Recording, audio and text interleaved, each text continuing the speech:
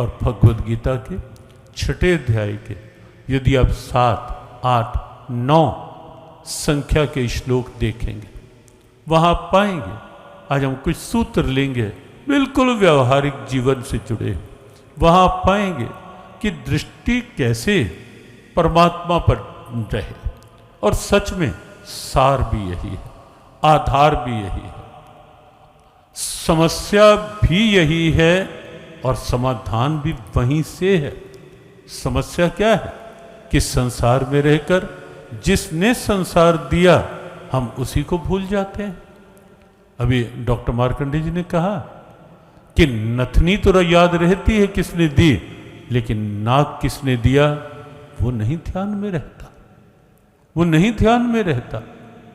और कल एक संकेत किया था कि जब एक बंधु अपने किसी मित्र को उपहार में किसी विशेष अवसर पर एक फूलों का सुमन गुच्छ गुलदस्ता दे रहे थे, दिया, और बहुत देर तक वो गुलदस्ते में इतना अटैच होकर रह गया, दृष्टि इतनी अटक गई कि जिसने दिया उसकी ओर देखना ही भूल गया, उससे बात ही नहीं।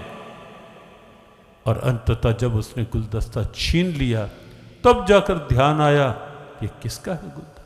कई बार होता है हम भूल जाते हैं।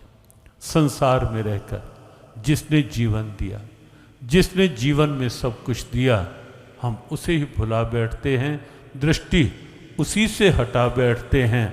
भगवद गीता का ये संदेश है कि जीवन जहाँ का है, जीवन जहाँ से है, दृष्टि वहाँ केंद्रित करके रखो, दृष्टि वहाँ बना करके रखो।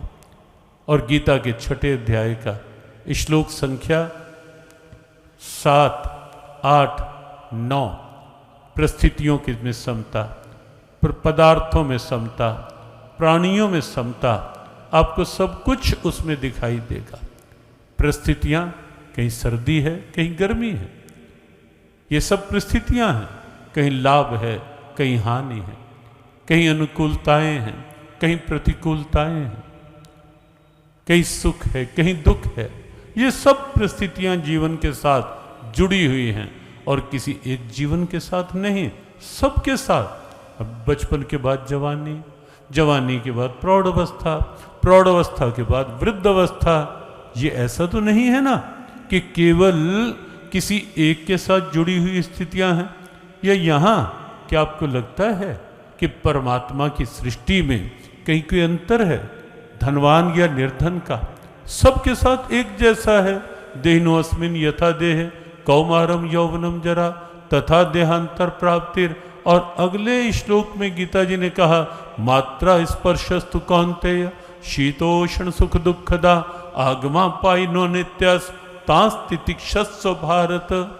जैसे बरसात आई 2 दिन, अच्छी बरसात आई, जिस दिन सत्संग था उसी दिन बरसात, सत्संग से आधा घंटे पहले तक खूब तेज बरसात, लेकिन मन बिल्कुल उस भाव में रखने का प्रयास। कार्यकर्ताओं को भी यही कहा गया कि ये उसकी लीला है, उसमें हस्तक्षेप नहीं, ये उसकी मौज है, वो जैसे दुनिया को रखना चाहे वो उसकी लीला है। इसलिए शांत भाव से अपना काम करते रहो, बाकी जैसी उसकी मौज होगी उस पर छोड़ दो। उसकी बात करनी है, उसका सत्संग है, वो जाने, उसका काम जाने। और आप सब जानते हैं कि जब उसके भाव के साथ छोड़ दिया, बिल्कुल आधा घंटा पहले बरसात रुकी, और जब पूरा पंडाल जैसे आज है श्रोताओं से भर गया, आराम से साथ बैठ गए, खूब तेज बरसात, फिर खूब अच्छी बरसात। ठीक है, वो भी उसकी मौज, वो भी उसकी मौज। और अगले दिन भी बिल्कुल वही क्रम हुआ, सत्संग का समय पूरा मिल गया, सत्संग से पहले भी बरसात, पश्चात भी बरसात। ये सब स्थितियां अपने हाथ की नहीं, बस ध्यान की बात ये है, गीता की दृष्टि ये है कि वहां हम निराश ना हो जाएं। और सर्दी है, आ रही है, आएगी, आनी चाहिए, स्वाभाविक है, सर्दी के दिन है, और अब मान लो चिंतन यही बना लें, हाय सर्दी, इतनी सर्दी, पता नहीं क्या होगा, इतनी कंपन ठिठुराने वाली सर्दी। कुछ हमारा मीडिया भी भगवान की कृपा है, वो इतना भयंकर ठंड, ठिठुराने वाली ठंड, हाड़ कपाने वाली ठंड। मीडिया वाले बैठे मुस्कुरा रहे हैं, हमारा कोई आक्षेप नहीं कहीं, लेकिन वो बात को इतना हाड़ कंपाने वाली ठंड, कोई है ही ठंड तो।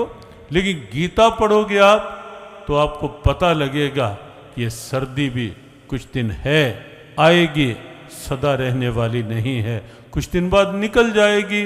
मन को वहां ना अटैच करके गीता ने कहा, जितात्मनः प्रशांतस्य परमात्मा समाहितः शीतोष्ण सुख दुखेषु तथा मान अपमान्य। गीता ने कहा ये परिस्थितियां आई हैं, लेकिन वृत्ति परमात्मा पर रखो।